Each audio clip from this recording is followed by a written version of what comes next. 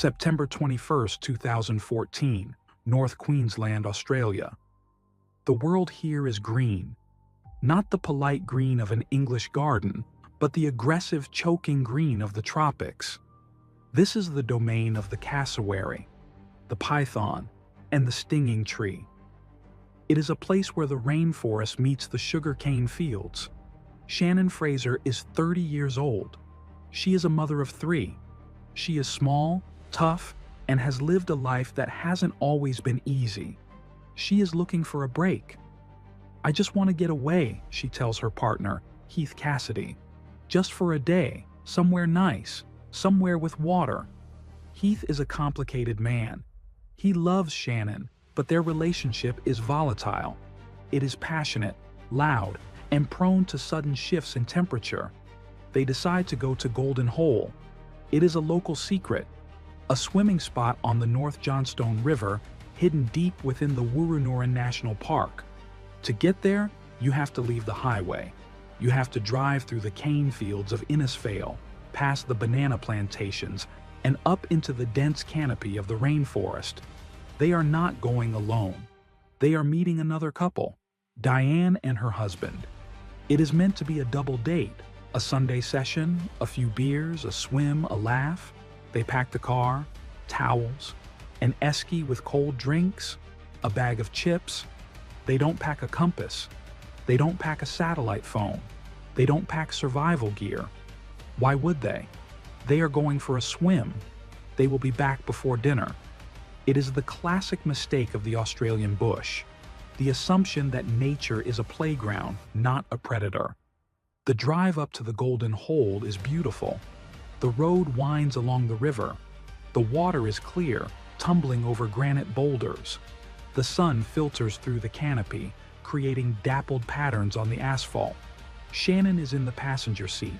She is wearing leggings, a singlet, and thongs, flip-flops. She is relaxed. She lights a cigarette. She turns up the radio. "This is good," she says. "I needed this."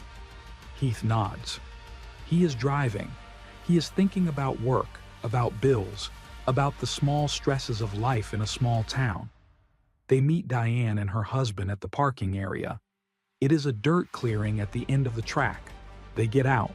They hug. They crack the first beer. The mood is high. "Let's go down," Diane says. "The water looks perfect." They walk down the steep track to the riverbank. Golden Hole lives up to its name. The water is a deep amber color, stained by the tannins of the rainforest leaves. It is cool and refreshing. They swim. They splash each other. They sit on the warm rocks and talk about nothing. It is the perfect Sunday. But as the afternoon wears on, the shadows lengthen. The alcohol kicks in. The dynamic shifts. Shannon and Heath start to bicker. It starts over something small, a comment, a look. "Don't start, Heath," Shannon warns. "I'm not starting anything," Heath snaps back. "You're the one with the attitude." The other couple looks away, awkward. They pretend to watch the water. The tension is a physical thing. It hangs in the humid air like static electricity. It is now late afternoon. The light is fading fast in the rainforest. The argument escalates. It isn't a scream fest yet, but it is ugly. It is the kind of tired, repetitive fighting that couples do when they know exactly where to hurt each other. "I'm done," Shannon says. She stands up. "I'm going for a walk. I need to cool off." "Fine," Heath says, cracking another can. "Go. Walk it off." Shannon grabs a floaty, a small inflatable ring. Why? Maybe just to have something in her hands. Maybe she intended to float downstream. She turns her back on the group. She walks away from the riverbank, up a small track that leads into the scrub. She is not planning to leave. She is planning to sit behind a tree for 10 minutes, smoke a cigarette, and let Heath calm down. She walks 10 meters, 20 meters. The bush here is thick. It is wait-a-while vines, long, spiky tendrils that hook into your clothes and skin. It is lawyer cane. It is stinging trees with leaves that deliver a neurotoxin so painful it can make a grown man vomit. Shannon pushes through a patch of ferns. She sits on a log. She breathes.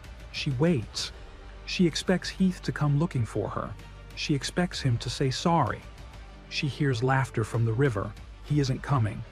Anger flares in her chest. I'll show him, she thinks. I'll just walk a bit further.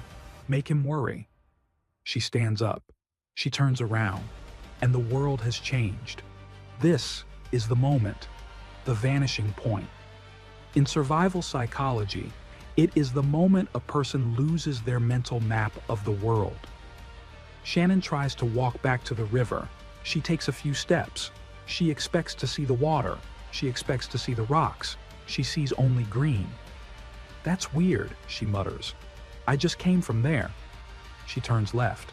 Green. She turns right. Green. Panic is a cold spike in the gut. Heath, she calls out. Her voice sounds small. The rainforest swallows it instantly. The trees are dense, absorbing sound like acoustic foam. Heath! Diane! Nothing. She starts to walk faster. She pushes through the vines. It has to be this way, she tells herself. I can hear the water, but the river winds.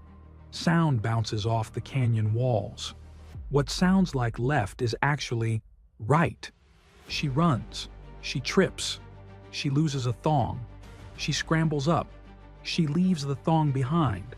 She is now running barefoot in the Australian rainforest. She runs for what feels like 5 minutes. She stops, panting. She looks around. Every tree looks the same. Every fern looks the same. She is disoriented. The sun dips below the ridgeline. Darkness in the tropics doesn't fall, it drops. 1 minute it is twilight. The next it is pitch black. Shannon stands still. She is holding a plastic floaty. She is wearing a singlet. She has no shoes. She is alone. Back at the river, Heath is starting to worry. Where is she? He asks Diane. She's been gone 20 minutes. She's probably just sulking, Diane says. Give her a minute. Shannon, Heath yells. He walks up the track. Shan, come on, babe. Stop messing around. He walks to the spot where he last saw her. There is nothing, just a wall of vines. Shannon. The silence of the bush is heavy. It is filled with the chirping of crickets and the rustle of nocturnal animals waking up. Heath feels a pit open in his stomach. Something's wrong, he whispers. Shannon is sitting under a tree. She is shivering. The temperature drops. It is not freezing, but it is wet. The humidity soaks into her clothes. She can hear things moving in the leaf litter. She thinks of snakes, the coastal taipan, the death adder. She pulls her knees to her chest. They'll find me, she whispers. Heath will call the police. They'll have dogs. They'll have helicopters.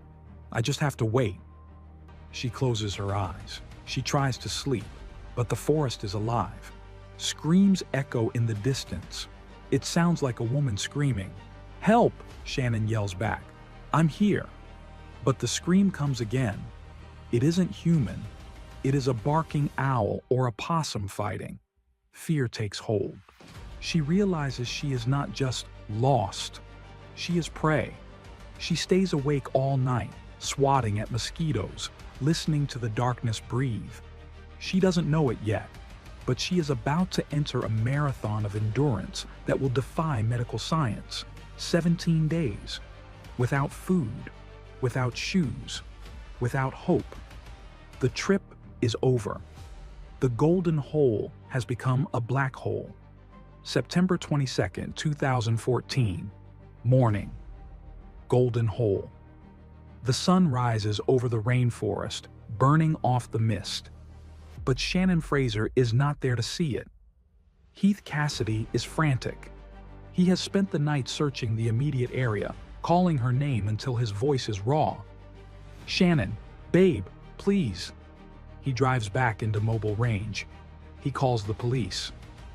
My partner is missing, Heath stammers into the phone. We had a fight. She walked off. She hasn't come back. The police take it seriously.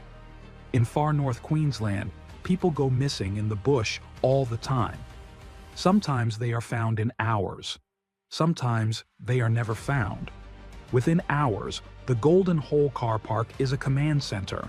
Police vehicles, SES, State Emergency Service, trucks. A helicopter thumps overhead. Inspector Reese Newton takes charge. He looks at the terrain. It's dense, Newton says, pointing at the wall of green. Wait, a wild vines, steep gullies, river hazards. If she went off track, she could be anywhere. They bring in the dogs. The dogs pick up a scent near the riverbank. They follow it for 50 meters into the scrub, then nothing. The scent vanishes. Newton looks at Heath. Heath is a mess. He is crying. He is pacing. He looks guilty. Did you argue? Newton asks. Yeah, Heath admits, wiping his eyes. We had a tiff, nothing major. She just walked off. Walked off where, mate? Newton asks, his voice neutral but probing. People don't just vanish into thin air. The seed of doubt is planted. The searchers look at Heath. They see a boyfriend who admits to a fight. They see a missing woman. The math in their heads is simple. Boyfriend plus argument plus remote location equals homicide. Days 2 and 3. The search expands. Volunteers from Innisfail join the line. Aboriginal trackers are brought in. They scour the riverbanks for footprints, broken twigs, anything. They find the floaty. It is snagged on a rock downstream. This is bad. Did she drown? Newton asked the divers. Police divers search the Golden Hole. The water is deep and dark, full of submerged logs and eels. They find nothing. No body, no clothes. The media arrives. Channel 7, Channel 9, the local papers. They stick cameras in Heath's face. Did you hurt her, Heath? Do you know where she is? Heath breaks down on camera. I just want her back. I didn't touch her. I love her. But the public is skeptical. Social media explodes. Facebook groups are set up.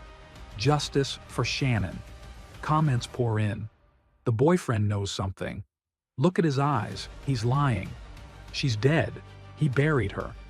Heath Cassidy is being tried and convicted in the court of public opinion while he is out searching for the woman he loves. He stops sleeping. He stops eating.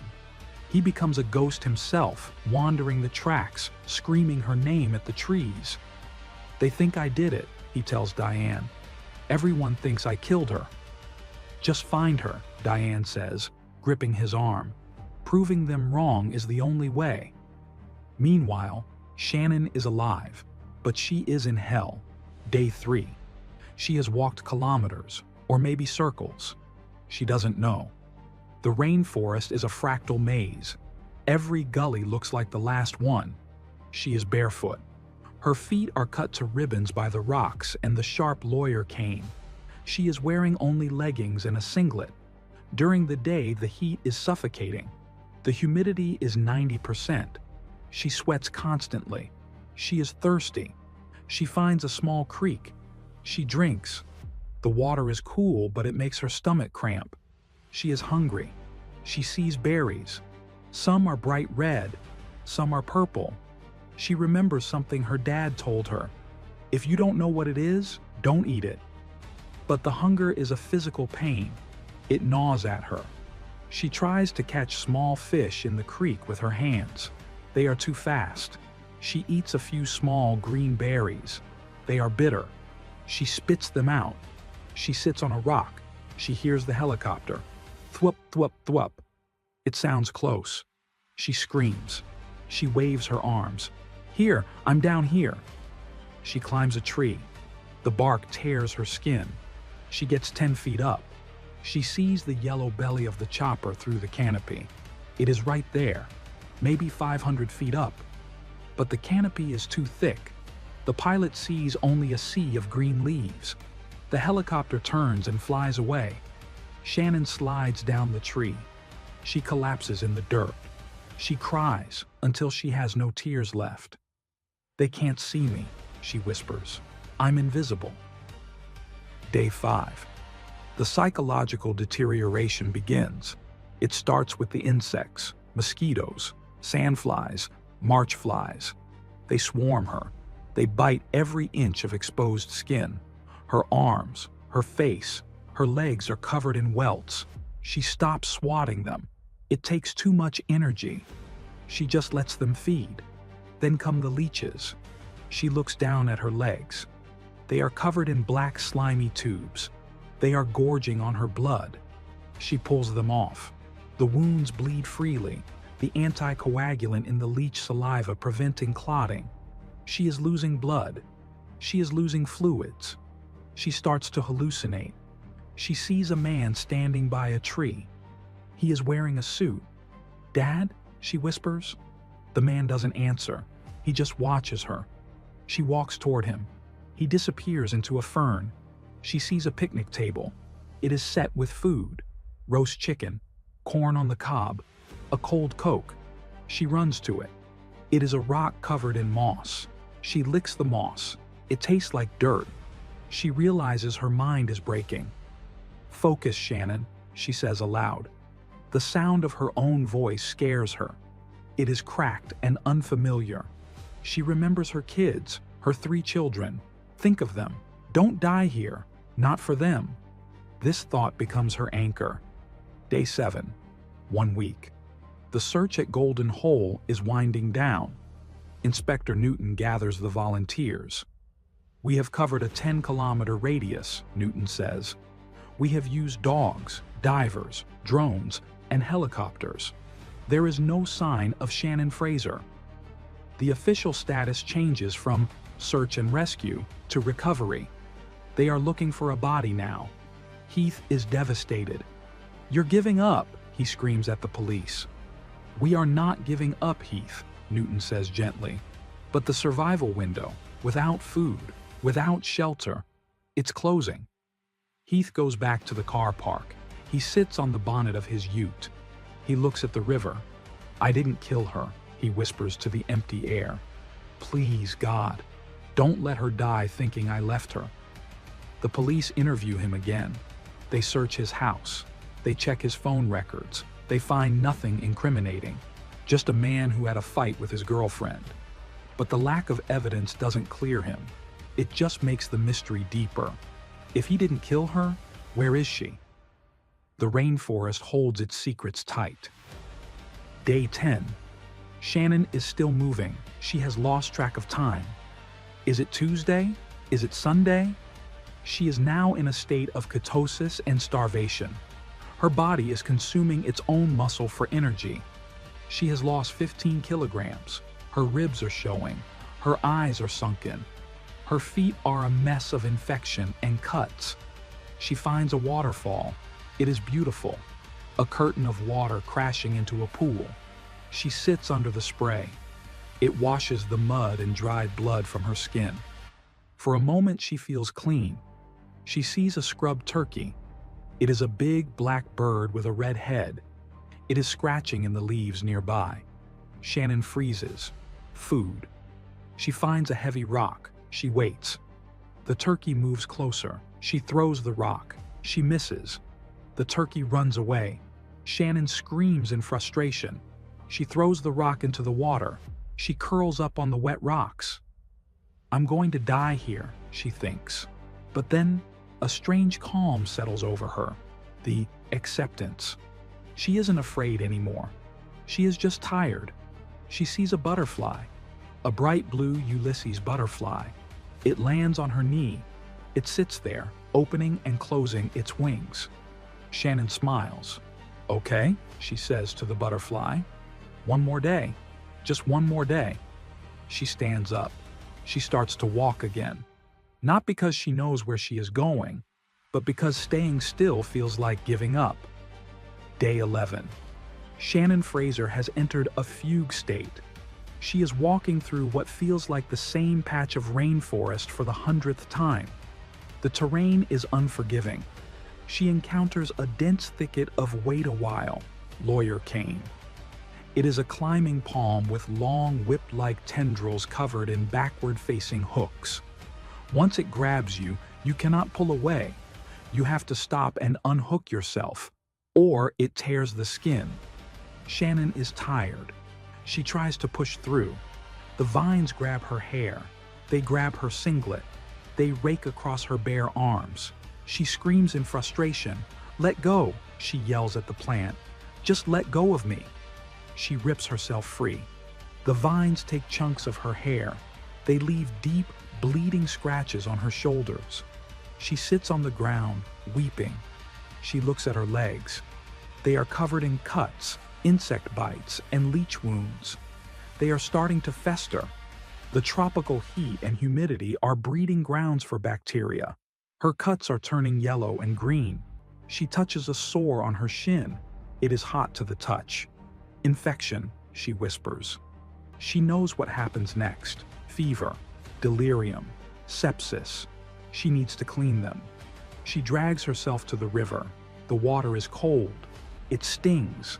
She finds a handful of red clay on the bank. She remembers something from her childhood, Aboriginal medicine. Clay draws out toxins. She smears the clay over her wounds. It dries into a hard crust. It stops the bleeding. It keeps the flies away. It is a small victory, but she is still lost. Day 12. The hunger has changed. It is no longer a cramp in the stomach. It is a lethargy in the bones. Her body has burned through its fat reserves. Now it is eating muscle. She looks at her arms. They are thin sticks. She sits by a rock pool. She sees movement in the water. Small freshwater fish, perch or gudgeons. She watches them dart in the shadows. She has tried to catch them before and failed. But desperation makes her patient. She sits still for an hour. She becomes a statue. A fish swims near the surface. Shannon strikes. Her hand enters the water like a heron's beak. She grabs it. The fish is slippery, wriggling madly. She throws it onto the bank. She scrambles after it before it can flop back into the water. She hits it with a rock. She holds the dead fish in her hands. It is tiny, maybe 3 inches long. She has no fire, no knife. She bites into it raw. The taste is metallic and fishy. The scales stuck in her teeth. She gags, but she swallows. She eats the whole thing, bones, head, tail. It sits in her stomach like a stone, but it is protein. She feels a surge of energy. "Thank you," she whispers to the river. "Thank you." Night 12. Shannon finds a large, flat rock to sleep on. It radiates the heat of the day. She curls up. She drifts into a fitful sleep. She wakes up to a sound. Sniff, sniff. Something is near her face. She opens her eyes. In the moonlight, she sees a shape. A dingo? A wild pig? It is a cassowary, the dinosaur bird of the rainforest, 6 feet tall, black feathers, a bright blue neck and a red wattle, and massive 3-toed feet with a dagger-like claw. It is standing right over her. Its eye is huge and unblinking. Shannon freezes. She knows that cassowaries are territorial. They can kill a human with a single kick. She holds her breath. The bird tilts its head. It makes a low, booming sound in its chest. Thrum. It pecks at her hair. Shannon closes her eyes, expecting the strike, but the bird loses interest. It turns and stalks away into the darkness, disappearing as silently as it arrived. Shannon lets out a breath she has been holding for a minute. She realizes she is part of the food chain now. She is no longer a tourist. She is just another animal trying to survive the night. Day 14. Shannon is sitting on a ridge. From here, she can see patches of sky through the canopy. She hears a sound. Whop, whop, whop. A helicopter. It is loud. It is close. She stands up. She waves her shirt. "Here, I'm here." The sound gets louder. She sees it. A red and yellow rescue chopper. It is banking over the valley. She screams, "Please, look down." The helicopter hovers for a moment. The pilot is looking out the window. Shannon jumps up and down. "See me! See me!" But she is a speck of dirt in a sea of green. The pilot turns the helicopter. It flies away. The sound fades. The silence returns. Shannon drops to her knees. This is the lowest point. To be so close to salvation and be unseen. She starts to cry, but she has no tears left. She starts to scream instead. She screams at Heath, at the police, at God, at the trees. "Why can't you see me?" Her voice echoes off the canyon walls. It scares a flock of cockatoos. They take flight, screeching. Shannon collapses. She lies there for hours. She thinks about just staying there, letting the moss grow over her. But then, she remembers Heath's face, the way he looked when they argued. "If I die out here," she thinks, "they will blame him forever. I have to go back. I have to clear his name." This thought gives her the strength to stand up one more time. Day 15. The line between reality and dream is gone. Shannon is walking along the riverbank. She sees a house. It is a white Queenslander with a veranda. There are children playing in the yard. "Kids?" she calls out. They look like her kids. She runs toward them. "Mommy's here." She runs into a spider web, a massive golden orb weaver web. The spider is the size of her hand. It is sitting in the middle of the web, right in front of her face. Shannon screams and bats it away. The house vanishes. The kids vanish. She is standing in a clearing full of stinging trees. She looks at her hands. They are shaking uncontrollably. "I'm losing my mind," she says. She sits down. She starts to talk to herself. "Okay, Shannon, what day is it? Is it Tuesday? Did you pick up the milk?" She has a full conversation with an imaginary Heath. "I'm sorry about the fight, babe. I shouldn't have walked off." "It's okay," the imaginary Heath says. "Just come home." "I'm trying," she sobs. "I'm trying so hard." Day 16. Shannon wakes up. She feels different, lighter. She realizes she is dying. Her body has nothing left to give. Her heart is fluttering. Her vision is tunneling. She knows she has maybe 24 hours left. She sees a mountain in the distance. Wait, that's not just a mountain. That's Mount Bartle Frere, the highest peak in Queensland. She knows where that is. If she can see the mountain, she can orient herself. The river flows away from the mountain, toward the coast, toward the Golden Hole. She has been walking upstream, into the wilderness. She needs to turn around. She needs to walk downstream.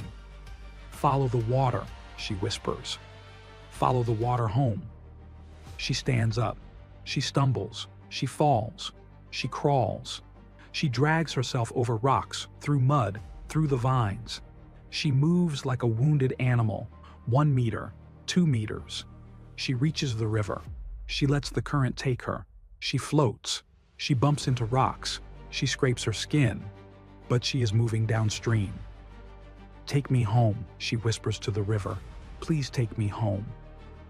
October 8th, 2014. Morning. 17 days have passed since Shannon Fraser walked into the scrub. Most of the search teams have gone home. The police have scaled back. The community has largely accepted the grim reality.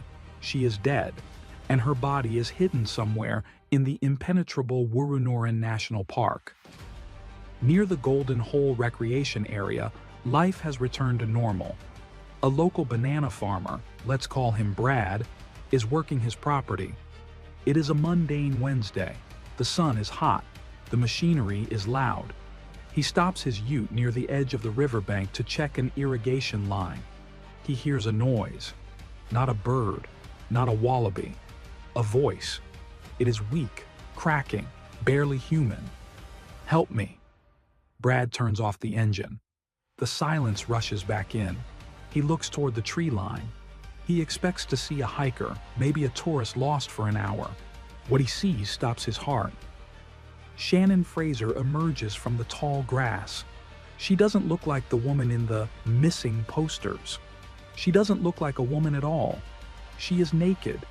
Her clothes have either rotted off, been torn away by the wait-a-while vines, or discarded in the delirium of heat stroke. Her skin is the color of raw meat. She has suffered severe, third-degree sunburn over her entire body. Her skin is peeling in sheets, hanging off her arms and legs. She is skeletal. She has lost nearly 20 kilograms, 44 pounds, in 2 weeks. Her ribs jut out painfully. She is covered in mud, dried blood, and thousands of insect bites. She stumbles toward him, shielding her eyes from the sun. Brad freezes. His first instinct is fear. It looks like a scene from a horror movie. Then recognition hits. "Oh my God," he whispers. "You're the girl." He runs to his truck. He grabs a work shirt and a bottle of water. He runs back to her. He wraps the shirt around her shoulders. She flinches. Her skin is so burnt that even the fabric hurts. "Water," she croaks. He holds the bottle to her lips. She drinks greedily, water spilling down her cracked chin. "I've got you," Brad says, his voice shaking. "You're safe. You're safe now." Brad helps her into the passenger seat of his ute. She can barely sit up. Her head lolls against the window. He drives back to the farmhouse, dust kicking up behind them. He dials 000, emergency services. "I found her," he tells the operator. "I found Shannon Fraser." "Is she alive?" the operator asks, surprised. "Yeah, barely," Brad says. "She's in a bad way. She's cooked. You need to send an ambulance, now." Within minutes, the sirens are wailing. The same police who spent 2 weeks searching for a corpse are now racing to save a life. Inspector Newton gets the call at the station. He drops his pen. "Alive?"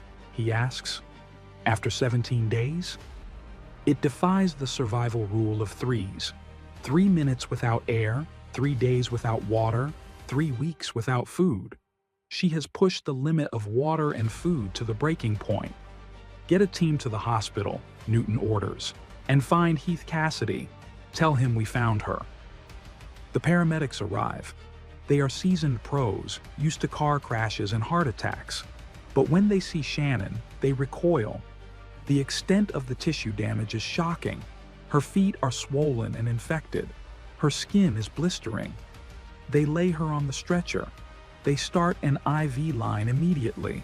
Fluids, antibiotics, painkillers. "Shannon, can you hear me?" the paramedic asks. "Do you know what day it is?" Shannon blinks slowly. Her eyes are blue and startlingly bright in her burnt face. "Heath," she whispers. "I want Heath." "We're taking you to him, love," the paramedic says. In the back of the ambulance, Shannon drifts in and out of consciousness. She feels the vibration of the road. It feels like the river. She panics. "Don't let me drown," she whimpers. "You're not drowning," the paramedic soothes her. "You're in a car. You're going to Innisfail Hospital." She grips his hand. Her fingers are like claws, the nails broken and dirt encrusted. "I didn't die," she says, almost surprised. "No, darling," the paramedic says, checking her vitals. "You certainly didn't." Innisfail Hospital. Heath Cassidy runs through the automatic doors. He looks like a man who hasn't slept in a month. He is unshaven, thin, and vibrating with adrenaline. "The police called him 10 minutes ago. She's alive. We have her." Those words broke the dam. He fell to his knees in his kitchen and sobbed. Now he stands outside the emergency room. A nurse stops him. "Mr. Cassidy? She's in there. But be prepared. She looks very different." Heath nods. He pushes open the curtain. He sees her lying on the bed. She is covered in burn dressings. Her face is swollen. She looks tiny and fragile. He walks to the side of the bed. "Sean?" She opens her eyes. She smiles. Her lips crack and bleed. "Hey," she whispers. Heath breaks down. He buries his face in the mattress near her hand, careful not to touch her burnt skin. "I thought you were gone," he sobs. "Everyone they thought I did it." "I know," she says weakly. "I kept walking, to show them." He looks up at her. "You walked for 17 days? "Yeah," she says. "I just wanted to come home." It is a moment of pure, unadulterated relief. The suspicion, the police inquiries, the social media hate, it all evaporates in the face of the living woman. He didn't kill her. She didn't leave him. The bush took her, and she fought her way back. The doctors swarm the room.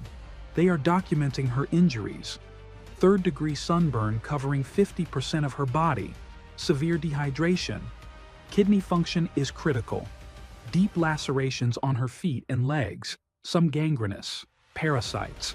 Malnutrition. "It's incredible," the lead doctor tells Heath. "Another day, maybe 2, and her organs would have shut down. She survived on sheer will."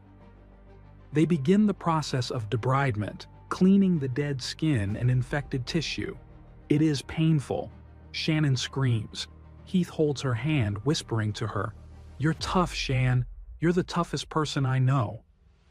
News spreads. The media trucks are already parking outside the hospital. The headline changes from "Murder Mystery" to "Survival Miracle." But miracles prompt questions. How did a mother of 3 survive 17 days in the tropical rainforest with no equipment? Did she really eat fish? Did she really drink from the river? Or is there something else? As Shannon sleeps, sedated by morphine, the world outside begins to wonder if the story is too good to be true. But for now, in the sterile white room, there is only the beep of the heart monitor. Beep, beep, beep. The sound of life. October 9th, 2014, Innisfail Hospital. The euphoria of the rescue fades quickly. It is replaced by the agony of recovery. Shannon Fraser is in the burn unit. The public sees a headline, "Woman survives 17 days." They imagine a few scratches and a tan. The reality is a horror show. Shannon has lost nearly 20 kilograms. That is 44 pounds in 2 weeks. Her body has cannibalized itself. But the skin is the worst part. The sunburn she sustained from falling asleep in the open, exposed to the brutal Queensland sun while dehydrated, is essentially a thermal burn. The nurses have to scrub her. They have to remove the dead layers of skin to prevent sepsis, Shannon screams. It is a primal sound that echoes down the corridor. Heath Cassidy sits outside the room, his head in his hands. Every scream is a knife in his gut. "I'm sorry, baby," he whispers. "I'm so sorry." When the nurses are done, Shannon lies shivering in the bed, wrapped in bandages like a mummy. Her feet are elevated. They are swollen to twice their normal size, black with infection where the lawyer cane vines tore them open. This is not a hoax. This is biological wreckage. Inspector Reese Newton arrives at the hospital. He has a job to do. For 2 weeks, the working theory was homicide. Now, he has a survivor. He needs to close the file. He walks into the room. He sees Shannon. He has seen victims of car crashes who looked better. "Shannon," Newton says gently, "I know you're tired, but I need to ask you a few things." He turns on the tape recorder. "Where did you go?" "I don't know," she whispers through cracked lips. "I just walked. I tried to find the river." "Did anyone take you? Did you see anyone?" "No one, just the bird, the cassowary." "How did you eat?" "I ate bugs. I ate a fish. I drank from the creek." Newton looks at her hands. They are scarred. He looks at her legs. They are a map of the rainforest. Every scratch matches the vegetation of the Wurrunurrun National Park. The wait-a-while scars are unmistakable. Newton turns off the recorder. He believes her. The medical evidence is irrefutable. No one could fake this level of deterioration. "You're in the clear, Shannon," Newton says. "We're closing the investigation into Heath. It's a misadventure. For the police, the case is closed, but for the internet, it is just opening. The story goes global: Daily Mail, CNN, The Australian. But as the details emerge, the armchair detectives begin to pick holes. The detail they latch onto is the fish. Shannon mentioned catching small fish and eating them raw. The internet explodes. How does a starving woman catch a fish with her bare hands? I've been fishing my whole life and I can't catch anything without a rod. She's lying. She was hiding at a friend's house. Look at her photo. She looks too good for 17 days. The photo they are referencing is a picture taken before she went missing, or heavily filtered shots from social media. They don't see the woman in the burn unit. The tall poppy syndrome kicks in. People don't like miracles. They prefer conspiracies. Heath reads the comments on his phone in the hospital waiting room. He beat her and she ran away. It's a publicity stunt for a book deal. Fake. Heath throws his phone across the room. It cracks against the wall. They don't know, he screams. They weren't there. Diane tries to calm him down. Stop reading it, Heath. It's poison. Just focus on her. But the doubt seeps in. Even friends start to ask guarding questions. So, she really caught a fish? Yes, Heath snaps. She was starving. You'd eat a rock if you were starving. October 12th, 2014. 3 days after the rescue. The physical pain is constant, but the emotional relief is overwhelming. Heath realizes something. He almost lost her. Not just to a breakup, but to the void. He walks into the hospital room. Shannon is awake. She is peeling a mandarin orange with shaking hands. "Hey," Heath says. "Hey." He sits on the edge of the bed. He takes her hand, careful of the burns. "I've been thinking," he says, "about that fight, about everything." "Me too," she says. "I don't want to fight anymore," Heath says. "I don't want to be apart, not for a minute." He reaches into his pocket. He doesn't have a ring. He hasn't had time to buy one. But he gets down on one knee on the hospital linoleum. "Shannon Fraser," he says, his voice cracking. "Will you marry me?" Shannon stares at him. Her face is covered in ointment. Her hair is matted. She feels like the ugliest woman in the world. And he is looking at her like she is a queen. "Yes," she cries. "Yes, you idiot." They hug. It is awkward and painful, but it is real. For a moment, the internet trolls don't matter. The police don't matter. They are just two people who survived a hurricane. But survival has a cost. A few weeks later, Shannon is discharged. She goes home. But home doesn't feel safe anymore. She cannot sleep in a bed. It feels too soft. She sleeps on the floor for the first few nights. She cannot handle the dark. She leaves every light in the house on, and she cannot handle food. Her stomach has shrunk. Eating a normal meal makes her vomit. She has to eat tiny portions, like a bird. Then come the nightmares. She wakes up screaming. She is back in the bush. The vines are wrapping around her throat. The cassowary is standing over her. The helicopter is flying away. Heath wakes up with her. He holds her while she shakes. "I'm here," he says. "You're in the bedroom. You're safe." But the worst trauma isn't the memory of the bush. It's the memory of the comments. She goes to the grocery store in Innisfail. People stare. They whisper. "That's the girl," she hears a woman say. "The one who faked it." Shannon drops her basket. She runs out of the store. She sits in her car, hyperventilating. She survived 17 days of nature trying to kill her, but she isn't sure she can survive the town's judgment. The aftermath is proving to be harder than the ordeal. In the bush, the enemy was simple: hunger, thirst, cold. In civilization, the enemy is invisible and everywhere. Months pass. Innisfail, Queensland. The cameras have left. The journalists have moved on to the next disaster. But for Shannon Fraser, the ordeal isn't over. It has just changed location. She is at home, but her body is a stranger. The severe sunburn has healed, but it has left her skin mottled and sensitive. She cannot go out in the sun without covering up. The Queensland heat, once a comfort, now feels like a threat. Her feet, torn apart by the wait-a-while vines and infection, scar over. She walks with a slight limp for months, but the internal damage is harder to fix. Her hair falls out in clumps, a delayed reaction to the extreme stress and malnutrition. She stands in front of the mirror, brushing her thin hair, crying.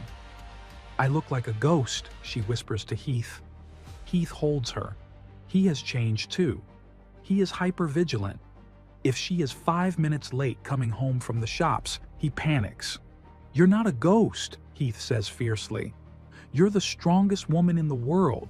Look at you. You're still standing." They have to relearn how to be a couple.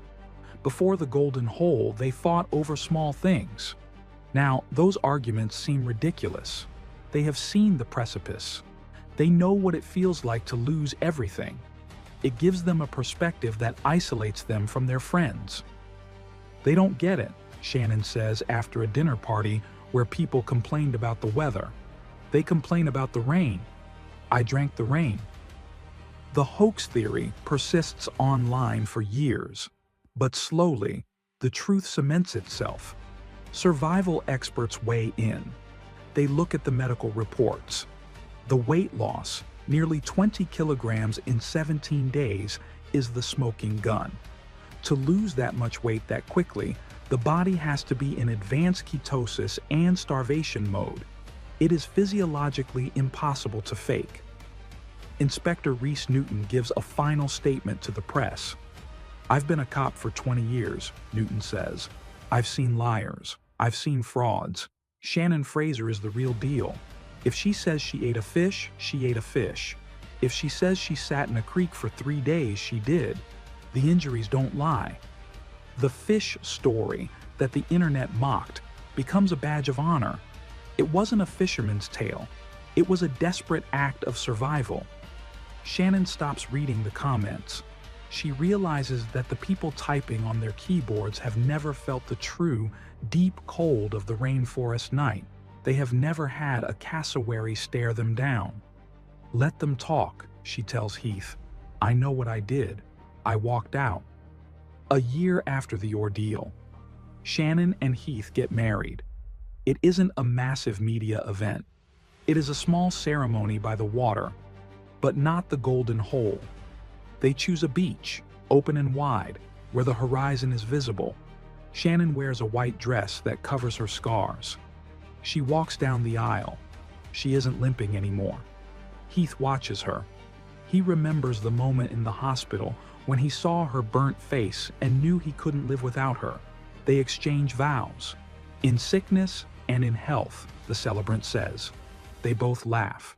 A nervous, knowing laugh. They have already done the sickness part. They have done the "for worse" part. "I promise to never leave you behind," Heath says, "and I promise to always carry a compass." It is a joke, but it lands heavy. They kiss. The guests cheer. It is a victory lap. The couple that the world thought was broken, the couple the police suspected of murder, is standing there, alive and married. They survived the bush. They survived the police. They survived the internet. Does the trauma go away? No. Shannon never goes back to the golden hole. Why would she? It is a beautiful place, but for her, it is a graveyard of her former self. Sometimes, driving past the turnoff to Wooroonoran National Park, she feels a tightness in her chest. She looks at the wall of green trees. She knows what is in there.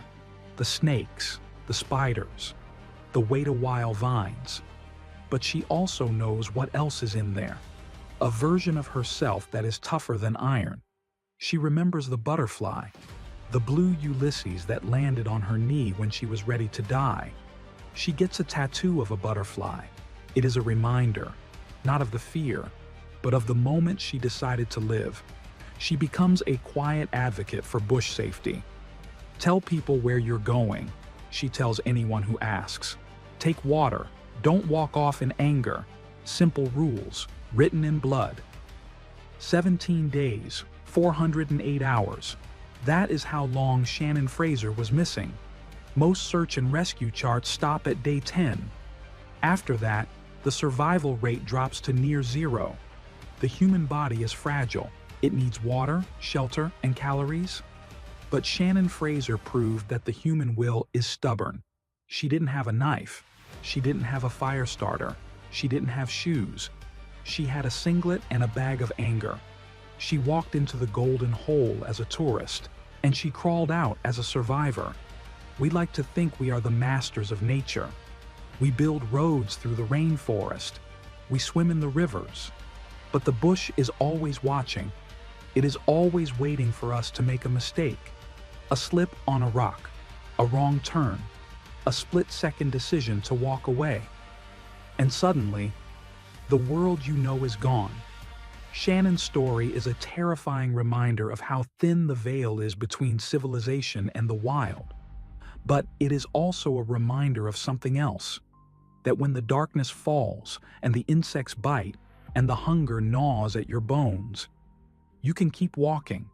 You can catch the fish. You can drink the rain. And if you refuse to lay down and die, you just might find your way home.